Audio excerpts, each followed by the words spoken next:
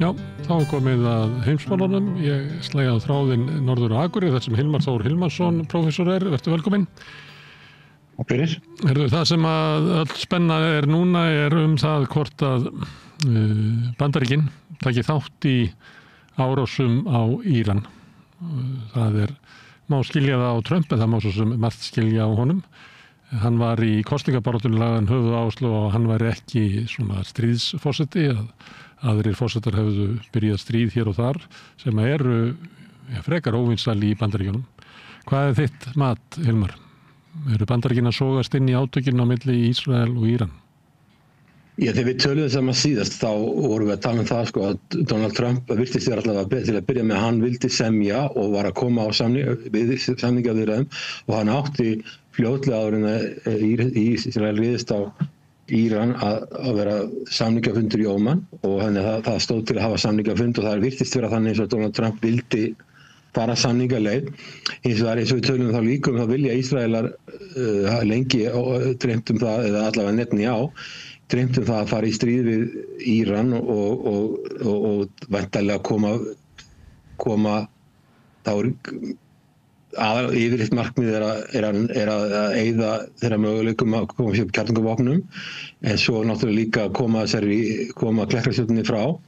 En þess að ég var að horfa á CNN bara rétt áðan að það var verið að segja frá þessu með Netanyahu. Hann búinn að vera með þetta á heilanum í 30 ár. Það var sýnt bara sem hann var að fjalla sem vettvangi frá alveg frá 1996, það var 1996, 2002, 2012, 2015 og svo núna 2015 alltaf spila sama spólan að Íran sé bara nokkrum vikum frá því að koma sér upp kjarnorkuvopnum. Og þannig að hann gerir þessa innrás, ákveður að gera þessa innrás, ekki alveg vita hvað Donald Trump vissi mikið það eða fékk miklu það að ráða og menn hljóta velta svolítið fyrir sér hverju hann ræður í Bandaríkjunum vegna þess að sama var upp á teiningum þegar Úkraínumenn gera árás í Rússlandi að þá eins og hann sagðist ekki hafa vitað það. En svo kemur í fram líka bara nýlega að Director of National Intelligence yfirmaður hefur leyniþjónustu, National Intelligence Bandaríkjanna, að sá aðili eða hún segir að Íran hafi ekkert verið nálægt í að koma upp með kjarnorkuvopnum. Þeir hafa verið að auðga úraníum, en það ekkert það sama, þeir voru ekki nálægt í að vera komin með sprengju. Þannig að þetta sem búið að vera áhugamál hjá Netanyahu í 30 ár, að minnstakosti, að gera innrás í Íran, hann loksins að láta verða af því og svo held ég að segja, svo þú sagðir, að innrásin hafin og úr Íranir hafa verið að skjóta eldflaugum inn í Ísrael, þetta líka 1500 kilometra leið, 15-2000 kilometra leið held ég, og hafa verið að ná þó að flesta þessi skoti niður af Ísraelum og svo Bandaríkjunum, að þá hefur valdið verulega miklu tjóni og núna mikið pressa á Netanyahu og ríkisstjórnin Ísrael að Bandaríkjamenn komist inn í þetta, en Trump hann fór á G7-fundinum, hálfmarklausum fundi í Kanada að því að hann þurfti að taka ákvörðun þetta, en hann slær eftir síðast ég sá, hann slær bara úr í, kannski verður í þessu, kannski ekki, og hann krefst bara þess að Supreme leiðtogi Katamei, leiðtogi Írana gefist bara upp, en hann ekkert á þeim buxunum við erum aðtöða það að Íran er land með 90 milljónir manna og 1,6 milljónir ferkilometra. Það slagar upp yfir að 3 stærra heldur en Úkraína, 10 stærra en Ísland. Þetta mjög stórt land og það mjög erfitt að vinna þá í stríði og þó að setja skjóta eldflaugum á einhverju afmarkað svæði í landinu, þá myndi þurfa landtel til að fara þarna inn og svona stórt land sem þakið fjallaklasar og eyðimerkur, að það meirinn að segja, þannig að ég veit ekki hvað er ástæðan fyrir því að það reynt að drepa herforingja, vísindamenn, hóta að drepa leiðtoga Íran vegna þess að það verið vonlaust að vinna landir raunverulega í stríða og allavega sérstaklega með landir. Getur þá ekki markmiðið verið það sama og var í Líbíu að vera þarna með loftárásir og brjóta raunverulega núverandi stjórnvöld niður og bara í trausti þess að eitthvað skárra komi út úr því? Ég sá Macron örlítið stutt viðtal við hann sem hans fórsta Frakklands, hans gasaði bara ef að það við gert þá verður bara kaos í Íran. Það ekki góð reynsla af þessu. Við vitum hvernig þetta fór í Írak, Afganistan, Líbíu. Auðvitað voru leiðtogarnir í þessum löndum ekki ekki það sem maður sjálfur myndi vilja hafa sem þjóðarleiðtoga, en það sem kom í staði var síður en svo betra. Þannig og það bara með þessi lönd að þessi hugmynd sem á Vesturlöndum að þú getur bara tekið land sem eins og Íran sem á sér langa sögu og ef þú bara með nóg margar byssur eða sprengir nóg mikið, þá verður vestrænt lýðræði úr því. Og það bara ekki fara að gerast. Það sem að gerist það ef að segjum að leiðtogi Íran að verið tekin að lífi, þá víst ég að séu nóg til að klerkum til þess að fylla í þann stól, þó að séu rektur herfóringar til land með 90 milljónir manna, þetta ekki fámenni, sko. Og ef að vera rektur herfóringar, þá kemur bara næsti og næsti. Ég veit ekki hvort það tekst, sko, en það er ekkit auðvelt að drepa nógu marga til þess að landið svo Íran hætti algjörlega að virka, en við verðum bara að sjá hvernig það fer. En það virðist vera aðferðin, því það væri ekki til þess að sigra landið sinni, þá þarftu landhernað, og land sem svona stórt og svona hálend og svona mikið eyðimerkur, svona erfitt umhverfi að berjast í, það vonlaust, jafnvel fyrir Bandaríkin. Þannig að það sem við að tala núna er loftárásir og sem í gangi, og að fá Bandaríkin til að senda B-20 orðstóttu. Það heitir Fordo þarna, það sem kjarnorku verið að þróa kjarnorku. Íran sé ekki kjarnorkuvopn, heldur bara verið að nota kjarnorku í friðsamlegum tilgangi í norður Íran, að sprengja þar, og það eru þessi B-20 þotur sem að Netanyahu vill fá, geta borið sprengjur sem eru 30.000 pund, og þær gætu hugsanlega eyðilagt þessa stöð sem verður að þróa eða auka kjarnorku úraníum, og en það ekki eins og víst, sko. Það sagt að þessi sprengju geti sprengt 60 metra ofan í jörðina, en sem Ísraelar hafa ekki svoleiðis sprengjur og hafa ekki heldur flugvélar til að bera svona þungar sprengjur, en Íranir eru komnir dýpra, þeir eru komnir eitthvað 80 metra held í ofan í jörðina, og eru að tala að þróa vera með stöðvar á öðrum stöðum í landinu sem fara enda á dýpra. Þannig að jafnvel þó að Bandaríkin mun komi að þessu, þá ekki víst að þeir geti einu sinni eyðilagt það sem Íranir að gera. Og það líka bent á það að Ehud Barak, fyrrverandi forsætisráðherra Ísrael, var í viðtali bara nýlega, og hann taldi að Íranir gætu ekkit, að Ísraelar gætu ekkit, eða Bandaríkin komið í veg fyrir að Úkraínumenn, að Íranir kæmi sér upp kjarnorkuvopnum til lengri tíma litið. Og það má segja það núna með þessa árás sem var gerð, rétt áður en að samningar þeirra átt að hefjast, að þá náttúrulega eru Íranir konum með mjög ríka ástæðu til þess að koma sér upp kjarnorkuvopnum. Og það raunverulega skrítið að skuli ekki vera löngu búnir að þessu. Ég ekki hrifinn af kjarnorkuvopnum eða útbreiðslu þeirra, en við sjáum bara Norður-Kóreu, að leiðtogi Norður-Kóreu fær algjörlega verið í friði af því að hann er kjarnorkuvopn, en það hægt að gera innrás inn í, það alveg lyft að það eru Ísraelar sem gerir innrás inn í Íran og valda gríðarlega miklu tjóni af því þeir eru ekki með kjarnorkuvopn. Þannig ef að Íranir hafa einhvern tímann haft ástæðu til að koma sér í kjarnorkuvopn, þá var það út af þessu, og auðvitað má segja það að sérstaklega skulle ekki löngu vera búnir að þessu miðað við hvernig ástandi þarna í þessum heimshluta. Í kosningabaráttunni að þá talaði Trump sig sem svona friðarforseta, og það hefur nú alltaf verið svona sögur í kringum hann að hann dreymir mér það að fá friðarverðlaun Nóbels. Ég hlustaði á spjall Tucker Carlson sem mjög áhrifamikill sjónvarpsmaður sem hefur stutt Trump og svona þessa makabyltingu sem kringum hann. Hann heimsótti Steve Bannon í vorrúmið hjá honum, og þeir voru að ræða og þeir töluðu svona innan úr maka og innan úr svona traustasta stuðningshópi Trump, algjörlega gegn því að hann myndi leiða Bandaríkjamenn inn í eitthvað enn eitt vonlausa stríðið Heldurðu að það skiptir máli hver stuðningur Trump heima fyrir því að sporin hræða Afganistan og Vietnam og ég veit nú ekki hvað Bandaríkjamenn eru til í því að horfa á Írak sem mistök en þessi tveir voru á því og voru að kvarta yfir því að þeir sem stóðu að þeirri innrás og þeim hernaðaraðgerðum að þeir væru ennþá raunverulega við völd í Bandaríkjunum. Þessi stríð hafa verið óskaplega dýr fyrir Bandaríkin, þessi stríð sem þú nefndir þarna og Bandaríkjamenn töpuðu þeim öllum og þarna alveg ábáslega stórt land og fjölmennt og væri eiginlega vonlaust að sigra það með landhernaði. Það væri náttúrulega vonlaust að gera það og ég sé ekki alveg hvernig það á að fara að eiga sér stað.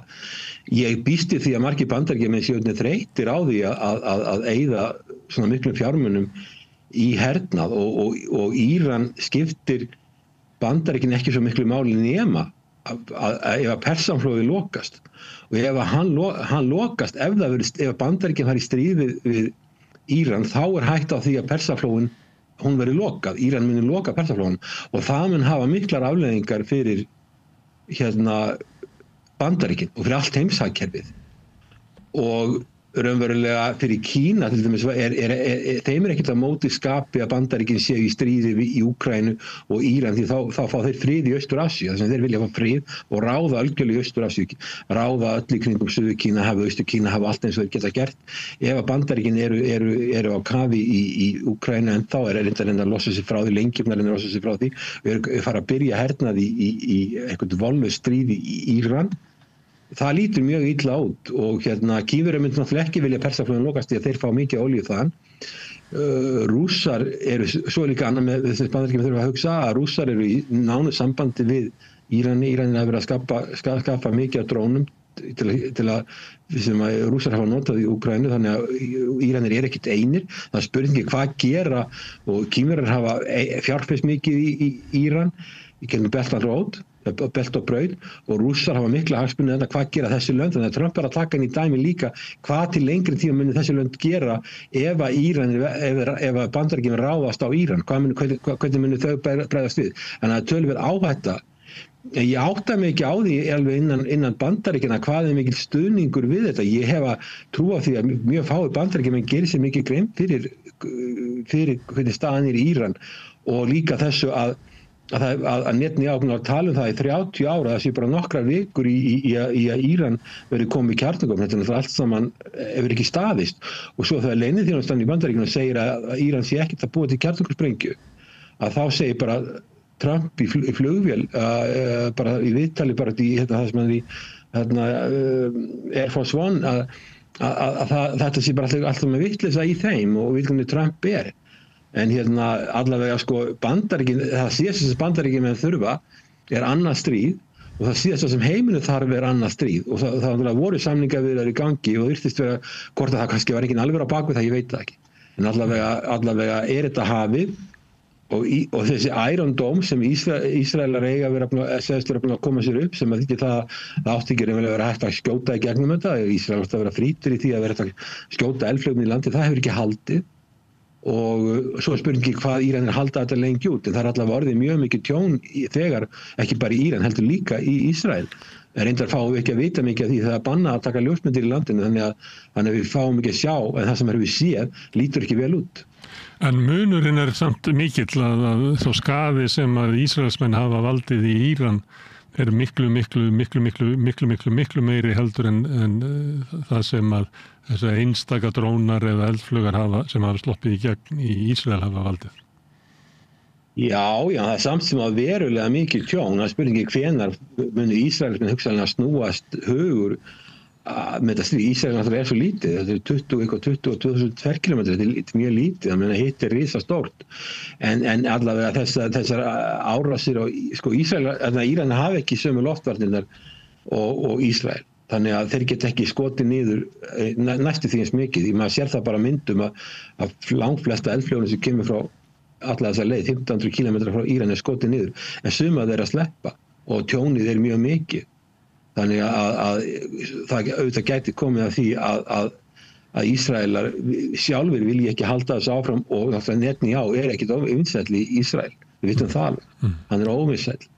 Nú með Íranina, ég held að þeir geti tekið við mjög miklu áður en þeir gefast upp, þau geti orðið fyrir tjóni, það er að gera mikið tjón með loftverðnaði, þú getur ekki sigrað land með loftverðnaði, en spurningin með það tekst að drepa leiðtoga Íran eins og Trump að tala að hann muni kannski gera eða kannski ekki, hvaða afleiðingar það hefur, hvort það getur valdið pólitískum óstöðuleika.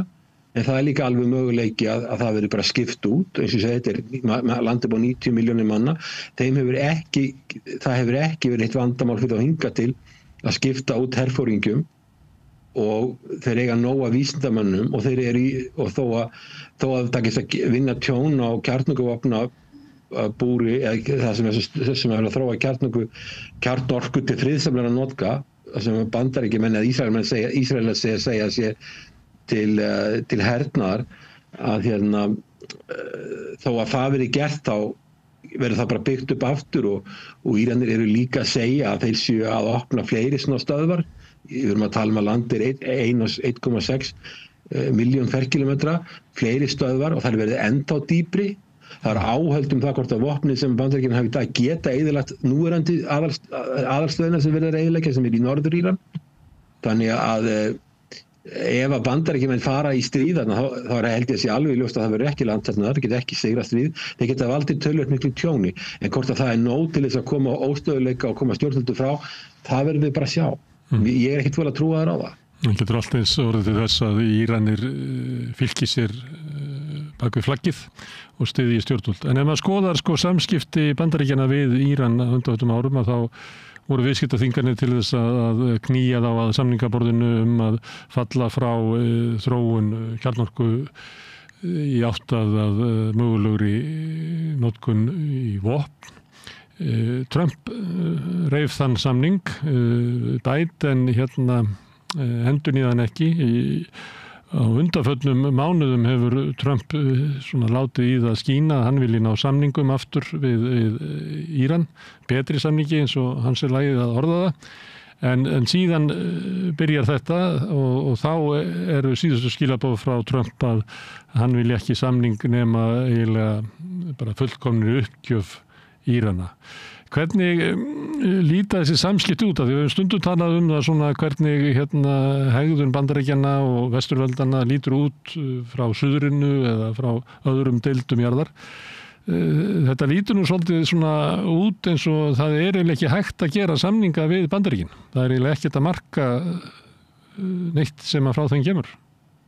Já, það var Obama sem gerði þennan samning og síðan var það Trump sem að taldi hann vera óhagstæðan.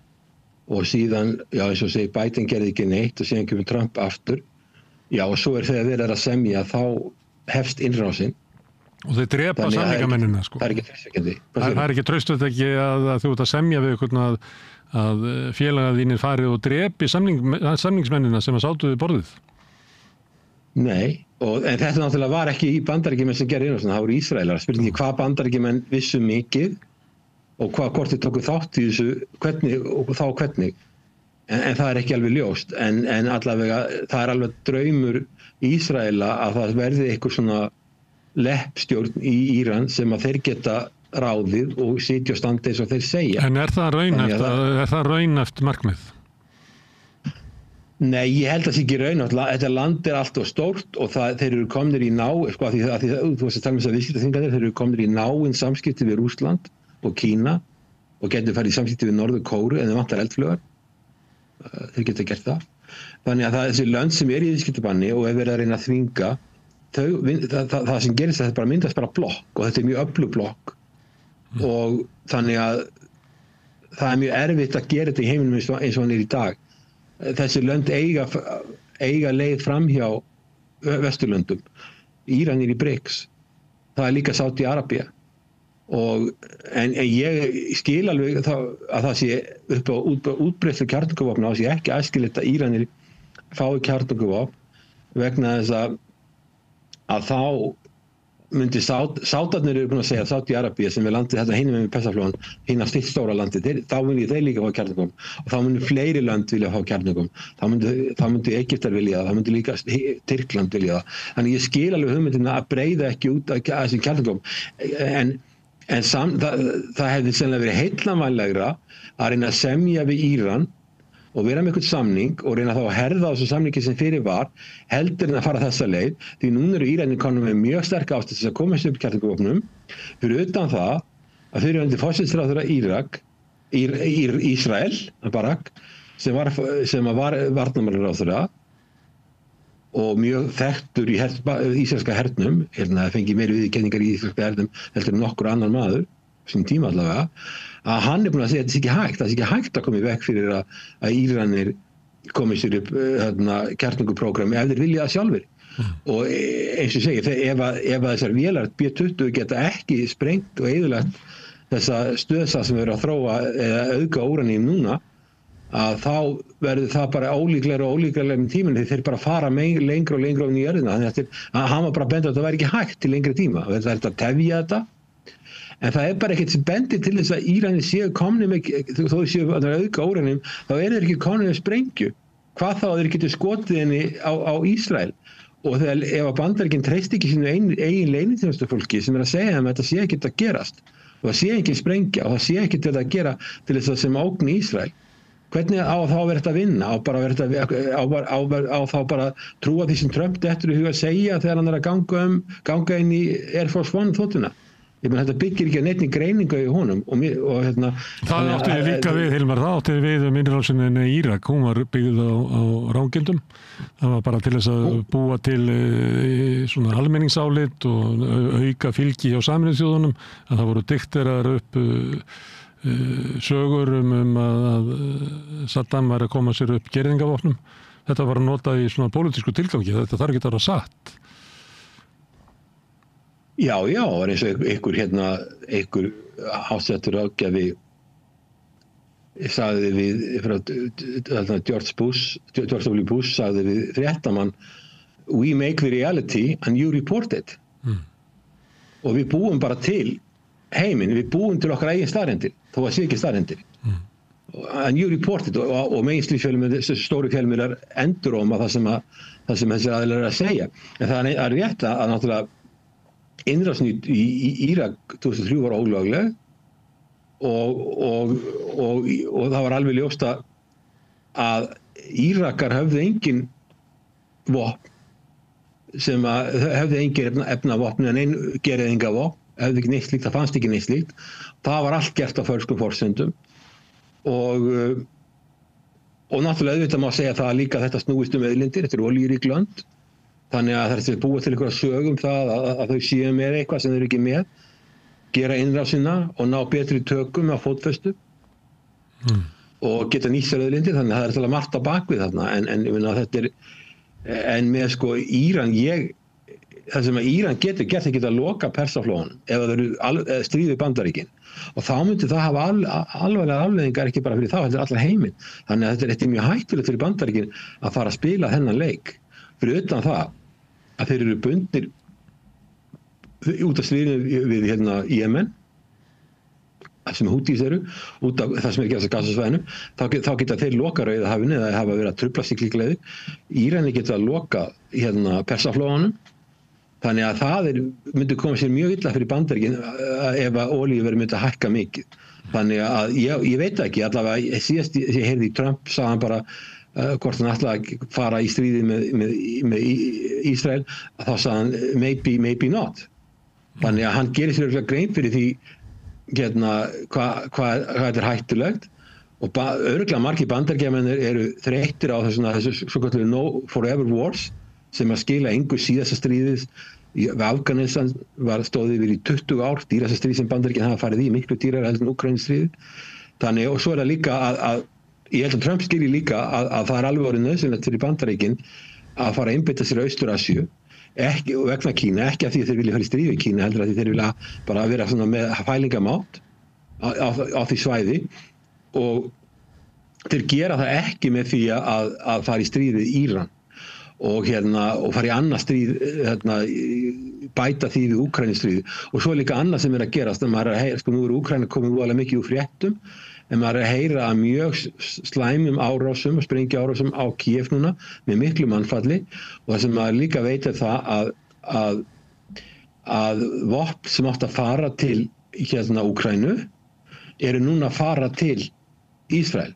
Og það var ekki nóg til af vopnum fyrir báða aðila og þá forgangsraða Bandaríkin og þá væri rétt að forgangsröðin fyrir þá að fókusera á Miðausturlönd en ekki Evrópu en raunverulega þyrfti vera forgangsraða nummer 1 á Austur-Asíu og það sem Trump vil gera, hann bara kemst það ekki og ef hann fer í stríð við Íran þá verður hann í miklu vanda á þeim stað, þannig að þetta svona, ég held að hann skilji það að Austur-Asía er núna nummer 1, Persaflóin nummer 2, Evrópa nummer 3, en hann lokaður inn í þessum þriðja þætti sem Evrópa, gæti lent í stríði í Miðausturlöndum sem næst mikilvægust, en kemst ekki til Austur-Asíu. Þannig að þetta slæm staða fyrir Bandaríkin og það kannski þess vegna sem hann að hika þó að Ísrael sé að biðja þetta, en allavega það sem þeir eru að biðja held ég núna þessar B-20 orðsóttur til að reyna að eyðileggja þessa stöð þarna Svartó, það sem er verið að þróa, verið að auðga úraníum, þó að það sé, þó leyniþjónustumenn í Bandaríkjunum segja, fólk sem leyniþjónustu þar segja að það sé ekki verið að búa til sprengjuðar og hvað þá að setja skjótinni til 2000 kilometra til, eða 1500-2000 kilometra til Ísrael. En hvers vegna, því að það er svona vitað þessi svona greining að Bandaríkjamenn ættu að snúa sér að Suðaustur-Asíu, að það væri það ríki sem er eina ríkið á jörðinni sem getur orðið samkynnisaðili Bandaríkjanna, þau búið undir átök við það, en þau komast ekki þangað. Er ástæðan sú að það eru öfl innan Bandaríkjanna sem að vilja viðhalda Úkraínustríðinu og vilja viðhalda stríðinu í Miðausturlöndum, við getum kallað það, bara verið stríð með nokkrum lífum. Eða er það þannig að staðan í þessum löndum er bara þannig, og þessum svæðum er þannig, að það er engin góð lausn, eins og staðan er núna, kannski út af skorti á svona diplomatískum samskiptum og öðru slíku, það bara er engin góð lausn til þess að enda Úkraínustríðið, það er engin góð lausn í boði í átökunum í Miðausturlöndum og þess vegna eru bara Bandaríkin föst þarna, hvort sem þau vilja það eða ekki.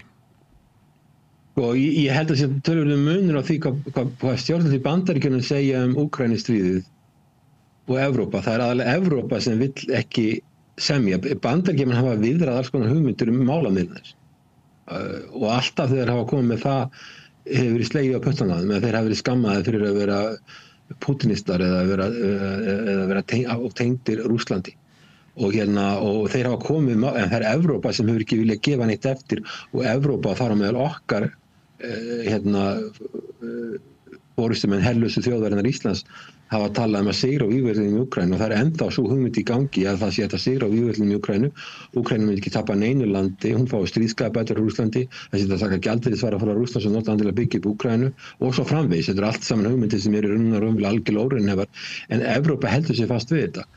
Þess vegna Trump er að tala hóta ganga frá þessu, en varnarmálaráðherra og utanríkisráðherra Bandaríkjanna og Trump eru raunsæir að mörg leyti með Úkraínu að það verði að semja einhverja málamiðlun. En þeir hafa ekki fengið að gera það, þess vegna sagði Trump á tímabili að þetta eru svo krakkar sem þurfa að fá að slást einhver tíma og svo kannski farið að átta sig á því að það þarf að ljúka þeim slag. En það er ekki og það líka vekur athygli að í stórveldasamkeppninni þá er út frá hagsmunum Bandaríkjanna, þá er ekki hagsmunum Úkraínu eða Evrópu endilega út frá hagsmunum Bandaríkjanna. Þá þurfa Bandaríkjamenn að ná sáttum við Rússa til lengri tíma litið og þeir geta kannski ekki komið í veg fyrir það að það veri náið samband milli Kína og Rússlands og þau myndu gjarnan vilja það, en allavega bæta samskiptin og það vakti athygli á G7-fundinum í Kanada sem var núna, þar sem Trump fór snemma og hitti ekki forsætisráðherra Ástralíu, að hann skammaðist út í það af hverju Pútín væri ekki á þessu fundi. Akkur Rússar væri ekki við borðið, því það þurfti að tala við Rússa og hann sagði við erum alltaf að tala Rússa og við erum alltaf að tala Úkraínustríð, en Rússland er ekki við borðið. Og þannig að hann segir alls konar hluti sem að hristir upp í þessum leiðtogum og svo bara ákvaðan að hann nennti ekki að vera á þessum fundi lengur og fór bara og hafði það sem yfirvarpa, hann þyrfti að semja, þyrfti að athuga þetta með Miðausturlönd kannski, en samt sagði hann að það dróð hann úr því seinna því að Macron var að segja það að hann hefði farið af því að hann vildi semja vopnahlé en þá sagði Trump nei, ég vil það ekki, því ég vil bara miklu meira en það og þá var hann að heimta skilyrðislausa uppgjöf. En ég meina, það er ekki góð lausn, það er engin góð lausn í Úkraínu, þess vegna heldur stríðið áfram. Eina góða lausnin í Miðausturlöndum að láta þessi lönd í friði. Lönd eins og Sádi-Arabía, lönd eins og Íran og Írak og Afganistan, þetta eru lönd sem eru á allt öðru þróunarstigi heldur en við og þau þurfa tíma á frið. En það er þessi hugmynd hefur lengi verið og þegar Trump fór til Sádi-Arabíu þá var hann að gagnrýna mjög harkalega þessa hugmynd, þessa nation building hugmynd að það væri hægt að fara til svona landa og breyta þeim þannig að þau tækir vestrænt lýðræði og yrðu eins og vesturlönd og tækir vestrænt gildi bara það væri sprengt nógu mikið og nógu mikið af byssuskotum og nógu margir dreppin. Það væri nóg og þá myndi bara koma vestrænt lýðræði í kjölfarið. En er ekki fullt seint til maður að segja að láta þessi lönd vera því að Bandaríkin eru með herstöðar í mörgu þeirra og tilvist þeirra að mörguleyti byggir á vernd Bandaríkjana? Bandaríkin eru með eitthvað 750 herstöðar í heiminum í 80 löndum. Þeir eru út allt og þeir eru allt í kringu Persaflóan. Í Katar, ég var þar fyrir 2 árum eitthvað, það er lítið land sem að liggur að Sádi-Arabíu og beint á móti Íran, þar var meira þess að herstöð líka og það er herstöðar út allt. En ég meina, ég held í fram að þessi lönd, þau eiga erfitt með nútímavæðingu í þeim skilningi sem eins og við skiljum nútímavæðingu. Þau eiga erfitt með að taka upp vestræna siði og vestrænt lýðræði og vestrænt jafnrétti. Vilja það kannski ekki, það er ekki allir vilja verða eins og við. Það eru þekkt í þessum heimshluta, það er líka þekkt í Afríku að fólk er mikil vilji til þess að þróa einhverja uppbyggingu samfélags sem stendur nær þeirra menningu og þeirra viðhorfum. Menn horfa til vesturveldana og menn horfa ekki alltaf með öfundu á vesturlönd. Finnst það að vera köld samfélög og menningarsnauð og það er viðhorf suðursins til Evrópu er ekki eins og hugmyndir okkar Evrópu. Nei, mér finnst það hroki að ætlast þess að við þurfum að segja þessum löndum hvernig þau eiga að vera eins og við séum sama bara eins og það við erum að Bandaríki sem eru 250 ára land á sér 250 ára sögu að það fara að segja Kína sem á sér 4-5 ára sögu, menningarsögu, hvernig þeir eiga að vera. Breyta landi sem er 4 sinni fjölmennara í bandarískt lýðræði eða amerískt lýðræði. Mér finnst þetta fáránleg hugmynd og með Miðausturlönd þá verða þau að fara sínar eigin leiðir en náttúrulega ástæðan fyrir þessari gríðarlega miklu viðveru Bandaríkjanna í þessum heimshluta eru auðlindir. Það er olía og gas sem hefur verið að reyna að tryggja það sem þeir telja sig verið að gera er að tryggja það að Persaflóin sé þannig að það sé að fara hann og sækja auðlindir og Rauðahafið sé opið, það sé siglingaleiðir þaðan til Evrópu sé opnar, halda siglingaleiðum opnum, tryggja aðganga auðlindum, það er það sem þeir eru að gera af því þeir eru þessar herstöðar þarna. Og svo líka þetta, kannski að Ísrael vill vera ráðandi í þessum heimshluta og vill að þessi lönd sitja og standi eins og Bandaríkin og Ísrael segi og Ísrael er eina landið sem hefur kjarnorkuvopn. Þetta er eina landið í þessum heimshluta sem hefur kjarnorkuvopn og hefur sérstaklega stöðu út af því. Þannig að, en ég meina, ég er að segja hvað er besta lausn var þessi lönd fengi að vera í friði, þannig að fá ekki að vera í friði vegna það eru þessar auðlindir og þess vegna eru stöðu átök þarna. En Trump bara tala það að þessi hugmyndum að þessi nation building að þess að byggja upp vestrænt lýðræði og taka upp vestrænt gildi í þessu löndum það verið hægt að gera það með hernaði hann gerði grín af þessi nýlegri heimsókn til Sádi-Arabíu en svo núna eitthvað mánuði seinna eitthvað sliðs að þá er hann komið til Washington og er jáfnvel farin að tala að verða við þeim kröfum að gera loftarás á Íran og til þess að reyna að eyðileggja þessa auðgun kjarnorku úraníum sem að myndi bara því að það eru einhverja tafir og mér finnst þess að stríð núna sem Íran segja það að þeir hefðu átt að vera búin að koma sér upp kjarnorku fyrir löngu síðan og það er sama með Norður-Kóreu. Ég meina þú nefndi Trump á Nóbelsverðlaunin, hann vildi fá Nóbelsverðlaunin á sínum tíma út af það að semja við Norður-Kóreu og það átti það að snúast það að Norður-Kórea léti af hendi sín kjarnorkuvopn sem að vera það síðasta öllu sem þeir ætti að gera miðað við það sem er að gerast í heiminum, núna miðað við Íran, en þeir sem þeir voru í huga var Líbía Ég meina, Gaddafi hafði ekki kjarnavopn, hann hafði ekki efnavopn sem voru kalluð weapons of mass destruction, þetta voru geðringavopn, voru efnavopn, hann lét þau að hendi. Hann var drepinn fljótlega eftir það. Þannig að sko ef þú ert með kjarnavopn eins og Norður-Kórea eða efnavopn, og ef þú lætur þau að hendi, þú taka mjög mikla áhættu. Og það eiginlega furðulegt að Íran skulle ekki vera búin að koma sér upp kjarnavopnum. Ég tek það fram að ég algjörlega á móti kjarnavopnum. En ég bara hugsa það sko miðað þessa árás frá landi sko miklu minna. Ég meina Ísrael tæplega 10 milljónir manna og Íran 90 milljónir manna. Íran landfræðilega 70 sinni stærri en Ísrael eitthvað, ég veit ekki, miklu stærra. Að það sé hægt að gera þetta og að þeir sé ekki búnir að koma sér upp einhverjum vopnum sem að hafi fælingamátt, þannig að það sé ekki verið að ráða svona á þá. Þeir eru löngu síðan að það verður að koma sér þessum vopnum, einhvers konar vopnum upp til þess að reyna að tryggja einhvern stöðuleika. Og mér finnst að ef það er einhver lærdómur sem að þeir geta dregið af þessu stöðu, er það að fara þessa leið. Ef maður að hugsa út frá þeirra sjónarmiðum. Þeir eru svona öryggishagsmunum landa sem að vilja kannski ekki vera bara leppríki undir stórveldunum, heldur fara sína svona eigin leiði að móta sitt samfélag, að þá er eiginlega besta öryggi sem að þau geta haft er að búa yfir kjarnavopnum.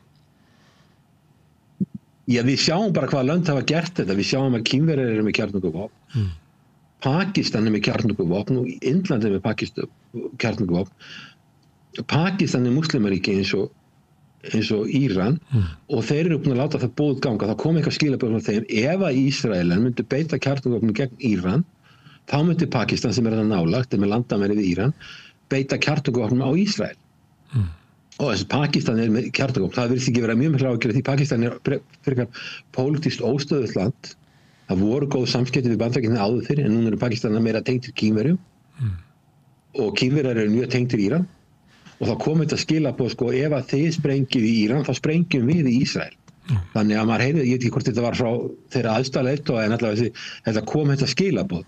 Þannig að sko, þeir óttast svo lítið í þessum heimsluta þarna að Ísraelar muni á einhverju stigi hugsa það að beita kjarnavopnum og Ísraelar gefa það alltaf út að þetta sé existential threat, þetta sé tilvistarhætta Ísrael, að Íran hafi kjarnavopn og ég skil alveg það sjónarmið en Ísrael hefur kjarnavopn og hefur lengi haft að því er talið ég held að þeir vil ekki að sé vera að tala mikið um það en það er talið að þeir hafi kjarnavopn og þeir geta beitt þeim og það er spurningin ef að Bandaríkin kom ekki inn í stríðið og Íran fer að ná verulega yfir höndinni sem er reyndar mér finnst ekki alveg líklegt það virðist ekki líta þannig út að frekar að draga úr árásum frá Íran núna á Ísrael að þá ef að Ísrael væri að fara undir að þeir myndu beita kjarnavopnum í einhverjum svona takmörkuðum skilningi til að binda enda á þetta það er ákveðin hætta á því og en allavega sko ég held að ef að Ísrael hefur haldið það að þetta myndi vera til þess að Íranir muni ekki koma sér upp í kjarnavopnum þá held ég að þetta sé þveröfugt að það muni flýta fyrir því og auka hvatan fyrir Íran að koma sér upp einhvers konar vopnum sem hafa nægilega mikið fælingamátt þess að þetta svona gerist ekki aftur.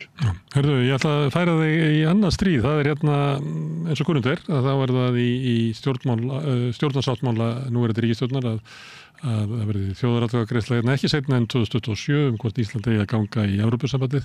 Þetta er svona ýmismerki þess að umræðan sé svona aðeins að komast á skrið. Það var meðal annars heimsótt í forsætisráðherra, Kristrún Frostadóttir, morgunblaðssöllina, var þar í dagmálum á þjóðhátíðardaginn, 17. júní, þar sem var spurt aðeins út í þetta. Hvernig metur þetta? Finnst þér að stjórnvöld séu að setja svona aukin þunga á það að fara að beina Íslandi inn í Evrópusambandið? Eða er þetta svona mál sem að valla er þroskað í umræðin í dag? Ég sá að forsætisráðherra sagði, ég held við eigum að fara inn í slíka viðræður þegar við erum stór, sterk og getum staðið á okkar og erum ekki á hnjánum. Ég veit ekki hvernig að vísa til þess að því hrunið 2008-2009 þá náttúrulega sóttu við þetta var ekki 2009 sem þetta var í kjölfar hrunsins þá má kannski segja Ísland hafi verið á hnjánum og hún segir og getum selt okkur dýrt. Ég veit ekki alveg hvað hann á við að selja okkur dýrt. Það minnir á atómstöðina. Já, það selja landið. Já, ég myndi allt bara því að getum selt okkur dýrt. Það er fórsettur að tala um það ég vil selja mitt land. Já. En ég býst við það sem hún að tala um það samningsstað. Hún að tala um sterka samningsstöðu og þannig að ef við förum í aðildarviðræður þannig að eru 2 mál sem eru erfiðust. Það er erfiðast væri sjávarútvegsmálin og svo landbúnaðarmál. En það verið fleiri mál sem getur komið upp sem eru erfið. En að því hún orðar þetta svona að selja sig dýrt, að þá er það eins og að hún metið að gæti verið að við værum með eitthvað svona tromp upp í hendinni sem að miðað við svona umræðuna sem hefur, sérstaklega gagnrýnendum Evrópusambandsins og aðildar Íslands að sambandinu, hefur verið það að það er ekkert að semja. Þetta er ekki þannig að Evrópusambandið er ekki að ganga inn í Ísland. Það er Ísland sem er að ganga inn í Evrópusambandið og það er meira minna búið að ákveða hvernig línur liggja. Þannig að þetta eru bara aðlögunarviðræður, hversu lengi þetta er að vera. En þá er ég að tala um Trump fyrir ekki Trump, þetta er Trump. Getur verið að hún meti það, eða einhverju kringum hana, svona í þessum að stjórnvöld er að meta stöðuna og telja að við getum komin sterk að samningaborðinu. Þá dettur mann eiginlega bara í hug því að það er ekki þannig að við stöndum eitthvað efnaðslega sterkt, þannig að það skiptir einhverju máli í Evrópusambandinu, pínulítið samfélag langt út í hafi. En það er helst þá öryggis sjónarmiðin að Evrópusambandinu gæti fundist einhver ávinningur í því að fá klettinn í Norður-Atlantshafinu, ósökkvandi flugmóðurskipið og allt það. Að það gæti skipt máli í samningaviðræðum þannig að við gætum fengið Evrópusambandið til þess að fallast á okkar sjónarmiðum meðal annars í sjávarútvegsmálum eða eitthvað slíkt. Heldur að sé eitthvað slíkt í stöðunni? Ég sé ekki alveg hvaða land myndi taka að sér eða bolmagn eða vilja eða getur til að taka að sér varnir Íslands. Þú veist að Evrópusambandið hefur enga sameiginlegan her. Og það er engin samstaða að vera með sameiginlegan her innan Evrópusambandið. Það eru til lönd sem vilja sameiginlegan her. En það er engin samstaða og það hafa mörg lönd sett sig á móti vegna þess að þau segja þá sé verið að veikja NATO. Reyndar er NATO miklu veikara núna heldur en það hefur verið áður. Ég held að Úkraína hafi veikt NATO. NATO lítur ekki eins vel út eins og að gerði. En það er þessi hugmyndum að vera hluta af ykkur í stærri heild og ef það sé ráðist á okkur þá sé við öruggari og svo náttúrulega er annað í þessu að við þyrftum þá miðað við að ef við færum að við værum að vera í 2 ára inni, þá myndum við taka upp sameiginlegan gjaldmiðil sem er umdeilt mál líka, reyndar hafi ekki öll land gert það, svo Svíþjóð er ekki tekið upp sameiginlegan gjaldmiðil. En jú, það getur vel verið að núna þeir eru lönd að keppa áhrif á norðurslóðum. En það væri þá, ef við erum að horfa í kringum okkur, þá er norski herinn, þeir eru ekki í Evrópusambandinu, það er breski herinn fyrir sunnan okkur. Svo erum við náttúrulega með sérstaklega stöðu vestamið okkur, þar sem er Grænland og Macron var þar í opinberri heimsókn sem eru tíðindi, að hann er að koma þangað fyrst og fremst út á öryggishagsmunum. Kannski horfa menn á það að Evrópusambandið þurfi að hafa styrk til þess að geta verið einhvers konar ógn eða mótvægi við Bandaríkin í Grænlandi eða Íslandi, ég veit það ekki.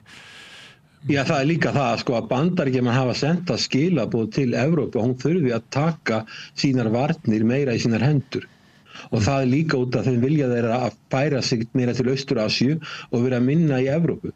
En það er ekkert að fara að gerast til skamstíma litið. Það tekur ár að gera það, mörg ár.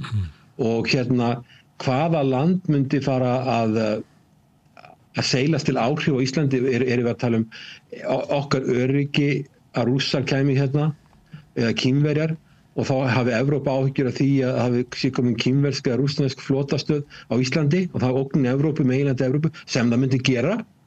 Ég bara sé ekki fyrir mér að Bandaríkin sé að láta það fara að gerast. Þeir náttúrulega verið með tvíhliða varnarsamning og þú sér það að bæði Finnland og Svíþjóð töldu ekki nóg að vera í Evrópusambandinu og Finnland er líka á Evrusvæðinu töldu ekki nóg, þau vildu fara líka í NATO og svo eru löndin svo Danmörk líka með tvíhliða varnarsamningu í Bandaríkin eins og við.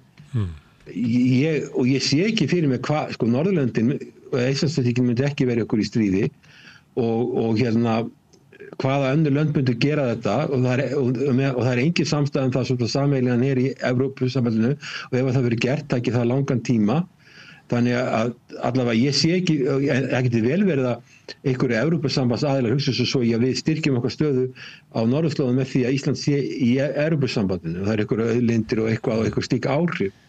En varðandi öryggi Íslands þá erum við ennþá á svæði Bandaríkjanna og ég sé ekki fyrir mér hvernig að það muni breytast til skamms tíma. Mér finnst alltaf að hafa lýðræðislega kosningu eða þjóðaratkvæðagreiðslu hvort að þjóðin vill fara í áframhaldandi aðildarviðræður og ef það næst samningur þá ekkert óeðlilegt við það að það sé kosið hana einhverju tímapunkti.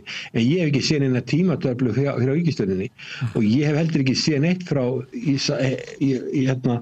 það hvernig á að standa þess að það þarf líka að breyta stjórnarskránni sem flókið mál á Íslandi. Það þarf að vera það þarf að leggja hann til á Alþingi, það þarf að samþykkja hana með meirihluta, það þarf að halda kosningar og samþykkja óbreytta tillögu aftur og fyrir utan þessar 2 þjóðaratkvæðagreiðslur sem þarf til þess að annars vera hvort að ég halda viðræðunum áfram ef það verður ákveðið, þjóðin ákveður að vilja það, þá þarf að hafa samning. Ég vil bara ekki sé neitt plan um það hvernig þetta á að gerast og hvenær og hvernig þetta geti litið út og mér finnst það að fara í mikla viðræður hjá þjóðinni og tala þetta og fara mikla vinn í þetta ef það er engin tímatabla til eða engin áætlun en einn hugmyndu það hvernig þetta á að gerast í hvers konar síkvens, hvers konar ferli, hvernig á að standa að þessu eru menn kannski að tala um það að fara í Evrópusambandið án þess að breyta stjórnarskránni, ég veit það ekki. Hvað myndi forsætisráðherra að segja það til hún að sé hægt að fara í Evrópusambandið án þess að breyta stjórnarskránni? Það verður fróðlegt að vita það. Ég heyrði ekki að hún nefndi það í þessu viðtali sko. En ég meina ég átta mig ekkert á þessu ferli. En ég meina ég skil Evrópusambandið, það eru til fólk í Evrópu sem tugsa eins og Macron sem vill breyta Evrópu í stórveldi. Og taka upp sameiginlegan evrópskan her, en það svo mörg lönd sem eru á móti því og vilja alls ekki gera þetta og það er svona grundvallarmunurinn á stórveldum eins og Kína og Rússlandi og Bandaríkjunum með það að Evrópusambandið ekki þjóðríki. Evrópusambandið eru 27 þjóðríki sem hafa mismunandi skoðanir, mismunandi hagsmuni, mismunandi aðstæður og þess vegna allt þetta ferli að búa til evrópskan her og búa til evrópskt stórveldi sem verður ekki bara efnaðslega stórveldi eins og Evrópusambandið það og Evrópusambandið efnaðslega stórt en að búa til stórveldi sem eins og þjóðríki það langur vegur í það og fyrir okkur hér á Íslandi ef við þurfum að vera í samstarfi við einhver stórveldi og þó að ég myndi helst fyrir heiminum væri þannig að friðsamlega við þyrftum ekki að vera í samstarfi við neitt en vegna staðinir í heiminum þá hefur það reynst okkur sæmilega vel að henga til að vera í samstarfi við Bandaríkin. Ég sé ekki að neitt Evrópuríki muni taka sig varnir Íslands og ég sé ekki fyrir mér að Evrópusambandið muni breytast í eitthvað sem líkist þjóðríki á næstunni eða þeir taki upp sameiginlegan her ég get ekki sé og ef það taki upp sameiginlegan her þá myndi vantilega vera krafist þess að við myndum stofna her. Við þurftum að leggja jafn mikið til eins og aðra þjóðir, býst ég við. Varðandi NATO 1999 þá gekk Ísland inn í NATO og þá þetta utanríkisráðherra Bjarni Benediktsson gekk alveg frá því að við værum að ganga í NATO sem herlaus þjóð og það væri engar fyrirætlanir það við ætlum að stofna her á Íslandi og það sem við erum að gera það er við erum að skapa svæði sem á milli Norður-Ameríku og Evrópu, meginlands Evrópu og Norður-Ameríku og það er ástæðan fyrir því að við fórum í NATO og það var alveg fallist á það. Ef við stofnaði sameiginlegur her og við erum komin í Evrópusambandið og dettur í ríkisstjórninni í hug að þá muni það vera samþykkt núna eins og staðurinn í dag að við verðum ekki með her og við sem ekki að borga í þennan sameiginlega her eins og aðra þjóðir sem verður í Evrópusambandinu. Ég held ekki. Ég verður kannski að taka það fram að því að vera að tala svona hver staða Íslands væri og austamegin við okkur Noregur sem ekki í Evrópusambandinu. Fyrir sunnan okkur Bretland sem náttúrulega ekki í Evrópusambandinu, gekk út úr því og svo erum við með Færeyjar og Grænland sem með mjög lausbeislað samband við Evrópusambandið sem svona svæði sem að tilheyra undir dönsku krónuna. Þannig ég ætlaði bara að koma því fram að því að ég kannski hljómaði eins og að breski herinn væri eitthvað tengdur Evrópusambandinu sem hann náttúrulega ekki. Þannig að við erum umkringt löndum mjög langt í Evrópusambandinu frá Íslandi. Já, það vekur alveg ef þú skoðar bara Norðurlöndin og lönd bara í heiminum, lönd á meginlandi Evrópu. Stærsta landið í Evrópu Rússland og öflugasta hernaðarveldi allavega öflugt hernaðarveldi og kjarnorkuveldi. Það Rússland. Og því nær sem þú ert Rússlandi, því meiri Evrópusamruna viltu. Ísland langt í burtu. Við erum bara við höfum aðgang á sameiginlegu markaði. Það okkar aðal áhugamál. Og við fórum í Schengen sem náttúrulega umdeilt. Við erum líka, en að því að við erum með sameiginlegu markaði, þá erum við sameiginlegu vinnumarkaði og við erum með fjármagnsflæði, frjálst, þjónustu og vörur. Það aðalmálið því að við erum útbrýtningsdrifið hagkerfi og við höfum tekið það út fyrir sviga og geta með Noregi fengið það í gegn án þess að taka þátt í öðru. En ef þú tekur lönd eins og Eystrasaltsríkin, Eistland, Lettland og Litáen sem með landamæri með Rússland, þá Eistland og Lettland austurlandamæri við Rússland og svo Kaliningrad, svo Litáen við Kaliningrad.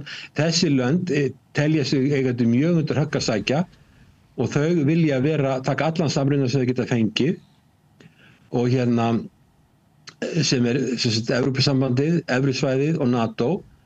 En svo eru lönd sem eru fjær, ganga ekki eins langt. Það eru lönd sem ganga ekki eins langt, taka ekki upp evruna og Svíþjóð ekki með evruna. Noregur, svo að segja, ekki í Evrópusambandinu og ekki með evruna. Hins vegar staðan Noregs, hún frekar viðkvæm vegna Svalbarða. Þar eru Rússar með aðstöðu vegna gamalla kolanámu, þeir eru með fólk þarna þó að þetta sé sjálfstjórnarsvæði, sé stjórn Noregs og svo það náttúrulega eiga efnahagslögsögu á Rússlandi og svo þeir með norðarlandamæri við Rússland sem reyndar eru mjög fjarri öllum stórum borgum í Noregi, þannig að þessi landamæri hafa aldrei verið talin neitt líkingu í hættulega eins og landamæri Finnlands. En það bara reglan svo að lönd sem eru á meginlandinu, því nær sem þau eru sterkasta ríkinu, sem ekki hefur tekist á semja öryggismál, að þá eru þau hræddari og þá vilja þau meiri samruna og líka ef þau eru mjög lítil. Við náttúrulega erum ekki í þeirri stöðu og Noregur hefur lengst af ekki verið í þeirri stöðu, en staða Noregs að breytast og svo náttúrulega hafa Finnland og Svíþjóð farið í NATO vegna þess vegna þess að út af þessari stöðu og það náttúrulega komin upp spenna á Eystrasaltinu sem ekki hefur verið áður. En ég meina, ég fyrir Ísland þá það augljósast fyrir okkur að við þurfum aðgang að sameiginlegum markaði. Það okkar aðal hagsmunamál. Önnur mál ekki næstu því eins augljós og sjávarútvegsstefna Evrópusambandsins mjög umdeild og spurning það verið vafa á því hvort við myndum græða mikið á því.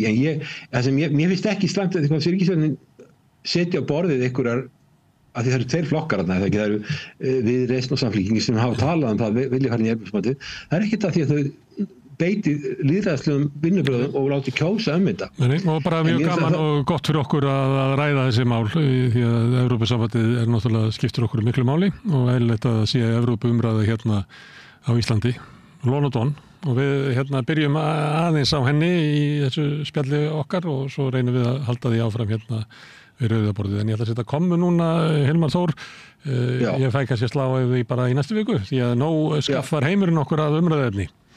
Já, takk fyrir. Takk hérlega. Þessa. En það heldur áfram hérna rauðaborðið.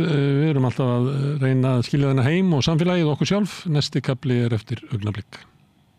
Bókvistun býður upp á alhliða bókhaldsþjónustu fyrir einstaklinga og fyrirtæki. Við byggjum á reynslu, faglegum og traustum vinnubrögðum. Bókvistun, alhliða bókhaldsþjónusta, Bæjarhrauni 2, Hafnarfirði.